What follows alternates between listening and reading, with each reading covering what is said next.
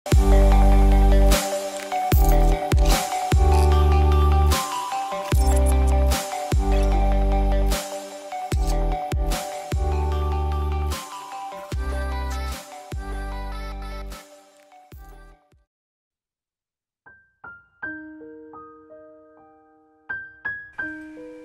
Handoko. Dahulu aku seorang pemuda yang rajin ibadah. Namun, pergaulan dan lingkungan telah mengubahku hingga menjauh dari ajaran agama. Terlebih saat aku mulai mengenal apa itu cinta. Iya, aku jatuh cinta pada seorang gadis Tionghoa, seorang pemeluk Katolik.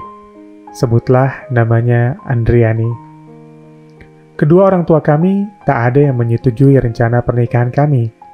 Hingga saat itu kami mengancam akan kawin lari. Terpaksa orang tuaku merestui, namun dengan syarat, yakni Andriani harus memeluk Islam terlebih dahulu. Akhirnya kami pun menikah secara Islam di KUA. Setelah menikah, aku bukan semakin dekat dengan ajaran agama, melainkan semakin menjauh. Salat 5 waktu kutinggalkan, mengaji dan puasa di bulan Ramadan pun sudah tak pernah kulakukan. Aku pun tak pernah mengajarkan agama pada istriku. Tak hanya itu saja, aku mulai terjerumus bujuk rayu setan.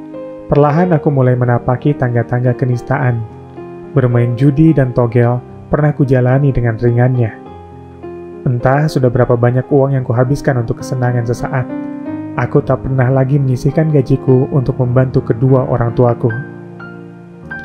Setahun berlalu dengan cepatnya. Istriku mengandung calon anak pertama kami. Di tengah kondisi jantungnya yang tak sempurna, istriku tetap ingin melahirkan secara normal. Dia sadar bahwa ekonomi kami saat itu tak memungkinkan untuk melakukan persalinan sesar. Tepat di usia kandungan 9 bulan, istriku mengalami kontraksi. Air ketubannya pecah. Aku langsung membawanya ke sebuah klinik kandungan. Namun, penanganan yang kurang cepat mengakibatkan bayi kami meninggal di dalam kandungan. Malang tak dapat ditolak. Untung pun tak dapat diraih. Kami hanya bisa pasrah, meskipun di hati kecil kami merasa kecewa dan menangis. Perasaan sedih menguasai hati dan perasaan kami, terlebih saat dokter memvonis bahwa istriku tak boleh hamil lagi karena kondisi jantung yang bocor. Pernyataan dokter bak petir di siang bolong yang langsung menerpa tubuhku. Di tengah rasa gundah yang ada, masih ada sedikit kepasrahan padanya. Namun, aku tak berusaha menyalahkannya. Ujian yang menimpa ternyata belum bisa mendatangkan hidayah bagiku. Aku semakin marah pada Allah yang menurutku begitu tak adil karena telah merenggut kebahagiaanku. Aku semakin tak patuh padanya. Rokok, kopi, dan judi menjadi tempatku berlabuh. Kuhabiskan sisa-sisa waktu bersamanya. Tak kuhiraukan celoteh adikku yang berulang kali berusaha menyadarkanku. Bagiku, ucapannya saat itu hanyalah angin lalu. Tahun demi tahun kulalui, kuarungi bahtera rumah tangga yang penuh dengan gelombang. Deburan ombak dan riak kehidupan warnai hari-hariku bersama Andriani. Tak lama kemudian, istriku positif hamil. Berkali-kali dokter mengingatkan untuk menggugurkan saja kandungan istriku, karena jika diteruskan, nyawa istriku adalah taruhannya. Namun, aku hanya bisa pasrah, karena istriku bersikeras mempertahankan kandungannya. Memasuki trimester kedua, dokter mengingatkan kami bahwa untuk mencegah resiko yang fatal, istriku harus melakukan bedah sesar saat usia kandungannya menginjak 7 bulan. Hal itu dilakukan untuk menyelamatkan nyawa istri dan anakku. Terbayang sudah kesulitan yang akan menghadang di hadapan kami. Dari mana kami bisa mendapatkan uang yang begitu besar untuk biaya operasi? Sementara gajiku sebagai pegawai swasta hanyalah cukup untuk makan. Meminjam pada orang tuaku yang miskin jelas tak mungkin. Aku hanya bisa pasrah. Namun, istriku tak tinggal diam. Dia berusaha meminjam pada keluarga orang tuanya. Dan syukurlah, ternyata mereka bersedia menolong kami. Hari yang kami nantikan tiba. Istriku memasuki ruang operasi di sebuah klinik kandungan. Aku dan keluarga besar istriku menanti di luar ruangan dengan perasaan cemas. Tak lama kemudian, dokter menggendong bayi mungil ke hadapanku. Secara fisik, anak kami terlahir sempurna. Namun ia begitu mungil, hingga harus menjalani perawatan dalam inkubator selama 1 bulan. Kulihat rona bahagia di wajah istriku yang telah berjuang melawan maut demi buah hati kami yang bernama Levia. Bulan demi bulan berlalu. Levia tumbuh kian cantiknya. Namun sayangnya, Leviaku mengalami gangguan. Ada cairan memenuhi otaknya dan harus segera dikeluarkan. Levia harus dioperasi untuk mengeluarkan cairan itu. Tapi lagi-lagi masalah ekonomi menjadi ganjalan buat kami. Kami tak punya cukup uang untuk biaya operasi. Akhirnya, kami harus menunda operasi Levia hingga mendapatkan biaya yang cukup. Keadaan menjadi begitu sulit. Aku merasa tak mampu membahagiakan istri dan anakku. Pertengkaran demi pertengkaran mewarnai hari-hari kami. Karena rasa frustasi, istriku sering berkata kasar padaku. Keadaan itu membuatku semakin tertekan. Entah kenapa, waktu itu aku tidak mengadu padanya. Karena beban hidup kami yang kian berat, orang tuaku menawarkan untuk tinggal bersama mereka. Karena tak punya pilihan lain, akhirnya kami menerima tawaran mereka. Kami tinggal di sebuah rumah yang dikontrak orang tuaku. Kebiasaan kami yang selalu bangun siang kerap kali membuat orang tuaku jengkel. Namun aku tak bisa berbuat apa-apa. Aku mencoba memahami kondisi kesehatan istriku yang memang tidak sempurna. Aku hanya bisa diam, sementara istriku kerap berselisih paham dengan orang tuaku. Tahun berganti tahun, aku merasa pertumbuhan Levia sangat lambat. Buah hatiku tak kunjung berjalan di usianya yang ketiga. Ia hanya bisa merangkak dengan kaki dan tangannya. Ia juga belum bisa bicara. Hatiku kian sedih melihat kondisi Levia. Hingga akhirnya kami berusaha membawa Levia ke dokter. Kami berniat melakukan penyedotan cairan di otaknya. Sayang, sungguh sayang, cairan itu sudah mengapur hingga tak mampu dikeluarkan, dan itulah yang menjadi salah satu sebab keterlambatannya. Hancur hatiku membayangkan masa depannya kelak. Bagaimana ia bisa bertahan dengan segala kekurangannya? Untunglah, istriku bukan tipe perempuan yang mudah menyerah. Ia ulet seperti orang Tionghoa lainnya. Demi anakku, ia rela berjualan kue untuk memperoleh tambahan pemasukan agar Levia bisa mendapatkan perawatan dan terapi. Sejak saat itu, setiap 3 hari sekali kami membawanya ke rumah sakit untuk terapi berjalan dan bicara. Entah berapa banyak biaya yang sudah kami habiskan. Kami tak pernah menghitungnya. Sedikit demi sedikit, Levia mulai berdiri dan berjalan terhuyung-huyung layaknya hendak jatuh. Ia berjalan seperti kendaraan kehilangan rem. Namun, kami begitu menikmati setiap tumbuh kembang Levia. Leviaku memang berbeda dengan teman sebayanya. Ia spesial dengan segala kekurangannya. Ia mampu menciptakan bahasanya sendiri yang dapat kami pahami, yakni bahasa isyarat. Hal ini sedikit banyak mampu mengobati luka hati kami, memberi harapan baru bagi kami akan masa depan Levia. Lambat laun, Levia mulai berjalan dengan lebih tegap, dengan pijakan yang lebih kuat. Ia mulai bicara dengan bibirnya yang mungil. Gadis kecilku tumbuh menjadi seorang gadis kecil yang cantik, dengan kulitnya yang putih dan matanya yang sedikit sipit seperti istriku. Hatinya sangat lembut, dan otaknya cerdas sepertiku. Namun, di balik kebahagiaan yang ada, masih ada sisa-sisa beban yang kerap menghantuiku. Kondisi perekonomian yang tak terarah kerap memicu pertengkaran di antara kami. Ketidakmampuanku memenuhi kebutuhan hidup secara layak membuat istriku memandang sebelah mata padaku. Belum lagi kebiasaan merokok yang tak jua mampu kuhilangkan. Levia menjadi saksi setiap pertengkaran kami. Ia hanya bisa menangis tanpa mampu berkata dengan jelas. Tatapannya memohon agar kami menghentikan pertengkaran ini. Kami betul-betul 2 orang dewasa egois yang tak memikirkan perasaan anak kami yang hancur.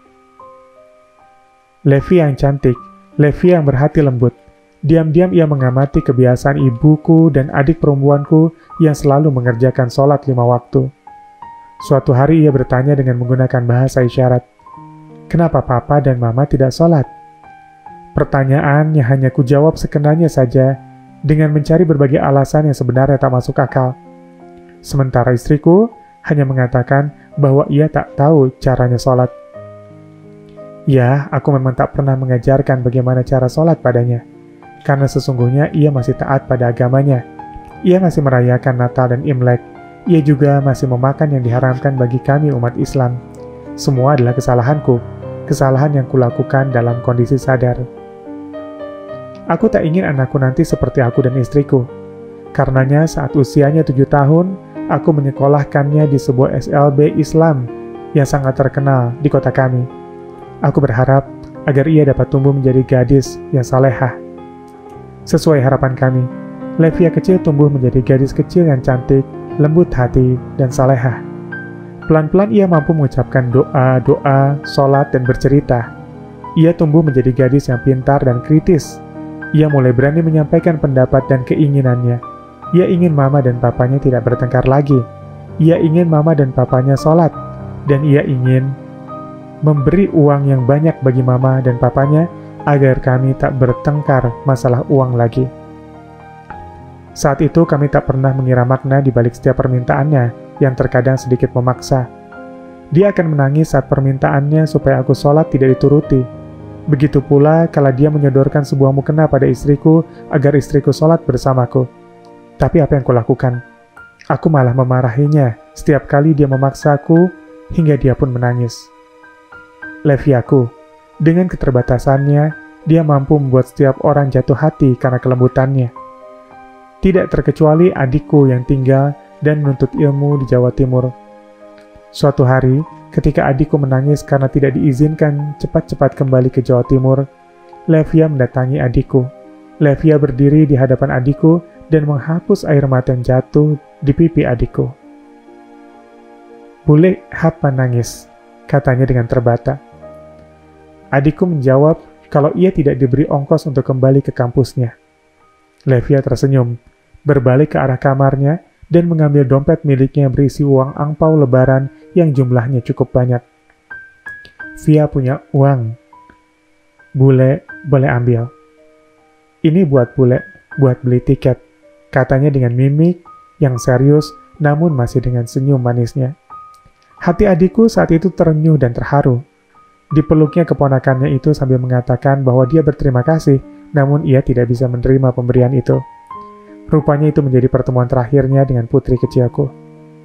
Beberapa bulan setelah perpisahan adikku dan Levia, terjadilah peristiwa yang membuatku dan istriku kehilangan arah dan terpuruk. Leviaku tertabrak mobil sepulang sekolah tepat di depan rumah orang tuaku. Kepalanya pecah dengan darah yang membasahi sekujur tubuhnya. Leviaku pergi menghadap sang pemilik jiwa. Kepergiannya bagai ribuan cambuk yang mendera di tubuhku, bagai sebuah ledakan dahsyat yang mampu menghancurkan keping hati dan jiwa. Kami begitu kehilangan, kami jatuh terpuruk, kami bagai pohon tanpa akar, lunglai. Berbulan-bulan kami kehilangan jiwa dan saling menyalahkan. Hidup kami begitu hampa, hari-hari kami dibayangi kenangan akan gadis kecil kami yang cantik luar dalam. Kami hidup bagai manusia hilang ingatan, bagai manusia tanpa jiwa, kosong. Kegiatan kami hanya melamun dan melamun. Peristiwa ini sungguh membuat hati kami hancur. Levia kepergiannya menyisakan duka yang mendalam bagi semua yang mencintainya, meninggalkan uang santunan yang tidak sedikit bagi kami kala itu, seolah ia ingin memenuhi janjinya pada kami, memberi uang yang banyak untuk mama papanya agar tidak lagi bertengkar karena uang. Namun, uang menjadi tak berarti bagi kami. Kami baru menyadari bahwa ada sesuatu yang telah kami sia-siakan dan nilainya tak tergantikan oleh harta apapun. Dia adalah Levia, matahariku yang tenggelam sebelum senja datang. Hampir setahun kami hidup bagi orang hilang ingatan, hanya melamun dan menangis. Sampai akhirnya datanglah seseorang yang mengabarkan padaku untuk berjalan ke arah yang ditunjukkannya. Dia mengatakan bahwa di sana aku akan menjumpai seseorang yang akan mengembalikan hidupku. Kuturuti perkataan lelaki itu, dan aku bertemu dengan seorang lelaki yang mengajakku berbincang. Sosok lelaki yang tak aku kenal. Entah kenapa, setiap perkataannya begitu mengena di hatiku. Tak terasa air mataku mengalir deras. Aku merasa sangat berdosa. Aku merasa begitu hina. Aku merasa begitu malu pada Allah. Sejak saat itu, aku bertekad memperbaiki diri, kembali pada ajaran agamaku, demi memenuhi keinginan putri kecilku. Aku dan istriku mulai menata kembali hidup kami yang baru bersama-sama membangun sebuah usaha dengan uang santunan anakku. Aku tidak ingin menyia-nyiakan pengorbanan anakku. Meski pahit, Kuharap aku bisa memenuhi keinginannya. Aku betul-betul bertobat dan Allah memenuhi janjinya. Setahun setelah kepergian Levia, istriku hamil, dan 7 bulan setelah itu lahirlah seorang anak lelaki tampan yang kami beri nama Muhammad. Anak lelaki yang terlahir sempurna. Sejak itu, usaha demi usaha yang kami jalankan berkembang cukup baik, hingga kami mampu menyewa 2 ruko dan menggaji karyawan. Tangan dingin dan keuletan istriku dalam mengelola usaha menjadikan modal kami berkembang baik. Putraku tumbuh menjadi anak yang sehat, tampan, cerdas, dan soleh, persis seperti kakaknya Levia. Betapa bersyukurnya aku dan istriku akan anugerah ini. Terlebih kini istriku mau mempelajari Islam dan telah berhijab. Sungguh aku adalah orang yang beruntung karena hidayah datang jauh sebelum ajal menjemputku. Aku sungguh merasakan indahnya tobat. Sungguh, janji Allah itu benar dan indah, hingga nikmat mana lagi yang kau dustakan.